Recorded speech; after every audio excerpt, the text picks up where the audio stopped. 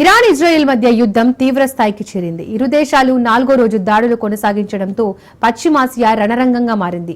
ఇజ్రాయెల్పై Iran మిసైళ్ల వర్షం కురిపించింది. ప్రతీకార దాడిలో భాగంగా ఇరాన్ 370 బాలిస్టిక్ క్షిపణులు వందలాది డ్రోన్లతో విరుచుకుపడింది.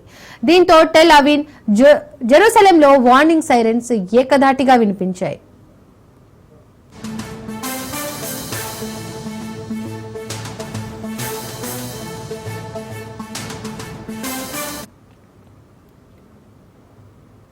దాదాపు 30 ప్రాంతాలు ధ్వంసమయ్యాయి. ఇరాన్ చేసిన దాడిలో 5గురు ఇజ్రాయెల్ పౌరులు మృతి చెందారు.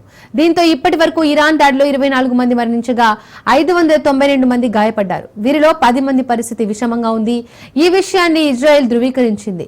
ఇరానియన్ క్షిపణులు ఇజ్రాయెల్లోని పలు ప్రదేశాలను తాకాయని ఆ దేశ సైన్యం తెలిపింది. ఇరాన్ జరిపిన క్షిపణి దాడిలో సెంట్రల్ ఇజ్రాయెల్లోని పవర్ గ్రిడ్ తీవ్రంగా దెబ్బతింది. ఈ విషయాన్ని ఆ దేశ ఎలక్ట్రిక్ కార్పొరేషన్ ధృవీకరించింది. త్వరలోనే విద్యుత్ సరఫరాను పునరుద్ధరిస్తామని అధికారులు తెలిపారు.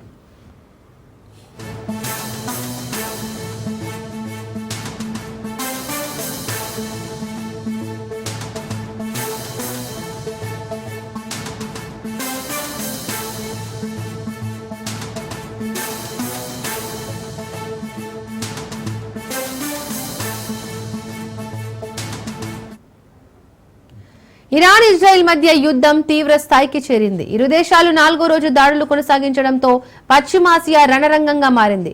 ఇజ్రాయెల్పై ఇరాన్ మిసైళ్ల వర్షం కురిపించింది. ప్రతీకార దాడిలో భాగంగా ఇరాన్ 370 బాలిస్టిక్ క్షిపణులను వందలాది డ్రోన్లతో విరుచుకుపడింది. దీంతో టెల్ అవీవ్, జెరూసలేంలో వార్నింగ్ సైరన్స్ ఏకధాటిగా వినిపించాయి. ఇక ఇదే అంశానికి సంబంధించి పూర్తి అప్డేట్స్ మా ప్రతినిధి మహేందర్ ఫోన్ ద్వారా అందిస్తారు. మహేందర్, ఇరాన్ ఇజ్రాయెల్ మధ్య భీకర యుద్ధం అయితే చాలా ఉద్దేశాలు దారితీస్తుంది. అలాగే ఇది ఒక యుద్ధం తారస్థాయి కూడా చేరింది. మరి ఇరు దేశాలు కూడా పరస్పర దాడులతో ఇటు జనం భయన్నారు. మరి సోమవారం ఇజ్రాయెల్ డయాటిక్ శిబిరంలో అయితే పెద్ద ఎత్తున కురిపించింది.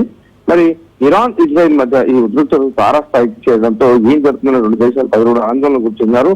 ఇప్పటికే ఇరాన్ అంటే యుద్ధ నీతిని పాటించట్లేదు. మేము అంటే ఇది ఇజ్రాయెల్ వారు చెప్తున్నది ఏంటంటే, మేము కేవలం మా టార్గెట్లు అంటే అణుబాంబులు ప్రపంచానికి భయాందోళన గురించినటువంటి ఈ అనుస్థాపన మాత్రమే టార్గెట్ చేస్తే, ఇరాన్ మాత్రం సామాన్య పౌరులపైకి తమ డ్రోన్లు కావచ్చు, క్షిపణులు కాదు దాన్ని కూడా వెళ్తుంది. మరి ఆ రకంగా సామాన్య ప్రాణాలు తీయడం అనేది యుద్ధ నీతి కాదు అన్నట్టుగా కూడా ఇజ్రాయెల్ చేసిన పరిస్థితి కనిపిస్తుంది.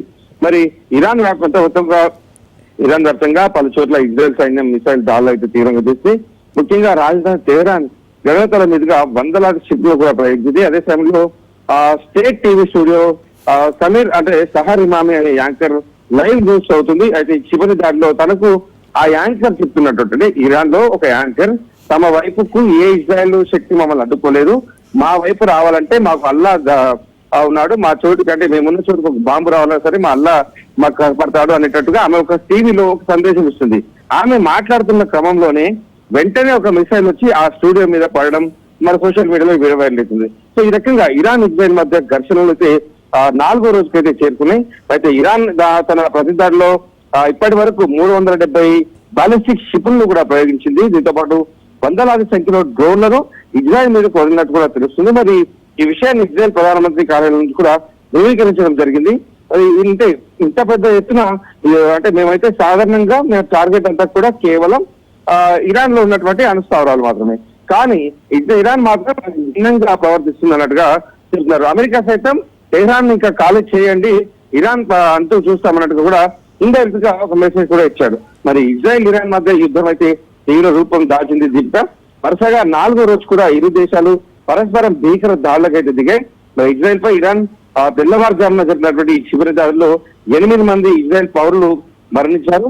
ఇరాన్ ప్రయోగించిన క్షిపణుల్లో ఒకటి టెల్ అవీవ్ లో అమెరికా ఎంబసీ తాకింది. అలాగే దీంతో కార్యాలయం స్వల్పంగా దెబ్బతింది. ఈ ఘటనలో సిబ్బంది ఎవరు కూడా గాయపడలేదని ఓ అధికారులు చెప్తున్నారు. మరోవైపు తమ లక్ష్యాన్ని ఇంకా పూర్తి కానందున ఇరాన్ లో ఆయుధగారాల సమీపంలో ప్రజలు సురక్షిత ప్రదేశాలకు తరలిపోవాలని ఇజ్రాయెల్ కూడా తాజాగా హెచ్చరించింది. దీన్ని బట్టి అర్థం చేసుకోవచ్చు తమ టార్గెట్ సామాన్యులు కాదు అన్నట్టుగా.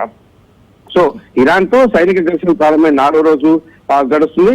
ఇరాన్ రాజధాని తెహ్రాన్ గగనతలపై తమ పట్టు చిక్కిందని ఇజ్రాయెల్ సైన్యం కూడా ప్రకటించింది. ఏ విధమైన సవాలు లేకుండా టెహ్రాన్ గగనతలంపై తమ యుద్ధ విమానాలు విహరించగలమని ఇజ్రాయెల్ అయితే తెలుపుతుంది. ఇరాన్ పై తమపై జరిగినటువంటి క్షిపణి డ్రోన్ల దాడిలో ఇప్పటి వరకు 24 మంది మరణించగా 500 మందికి పైగా గాయపడ్డారంటూ కూడా ఇజ్రాయెల్ అధికారికంగా చెప్పింది. మరి ఇరాన్ చేసినటువంటి 120 పైగా క్షిపణులు ధ్వంసం చేసినట్టు ఇజ్రాయెల్ కూడా వెల్లడించింది. ఇదిలా ఉంటే ఇరాన్ ప్రభుత్వం మీడియా ఐఆర్బీ ప్రధాన కార్యం కూడా దాడి మనం చూస్తాం.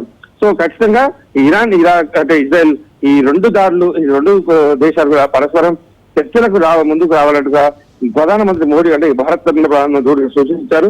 మరి ఇది ఎంతవరకు దారి తీస్తుంది? ఏదో ఒక దేశం మాత్రం ప్రపంచ పటం నుంచి కనుమరుగవుతుంది. ఇదే నేపథ్యంలో ఇలాగే దాడులు కొనసాగితే అన్నట్టు కూడా ప్రపంచంలో ఉన్నటువంటి అంటే యుద్ధ విశ్లేషకులు చెప్తున్న పరిస్థితి కనిపిస్తుంది. Right Mahender, thank you.